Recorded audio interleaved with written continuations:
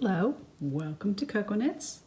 In this little video, I am going to give you a little tip on working the purl through the right loop, which is the purl side increase that happens at the end of a row.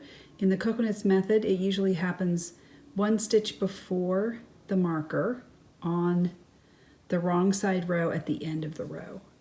And this end result is no different than the way it's written in the tutorial and shown in the other video, but in that one you have to purl through the back loop. This one I'm going to show you another option.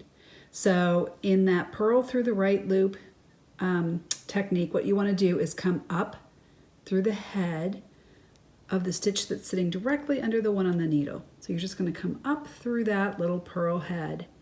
And the standard instructions have you just pass it directly over to your left needle, and then you would have to purl it through the back loop.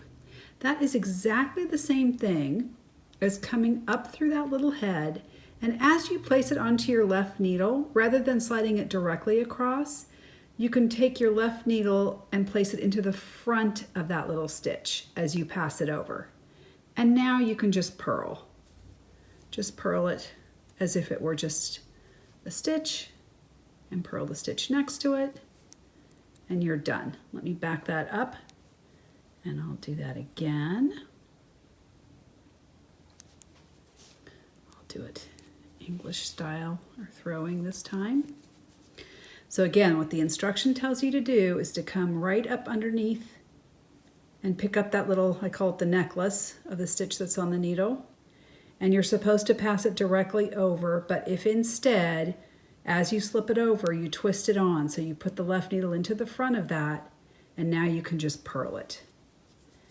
It's the same result, but it might be easier for you to work. So that's your little extra tip on working a purl through the right loop, what we call a PRL, the Cocoknits method. And it looks just the same. It's just maybe a little bit easier to work.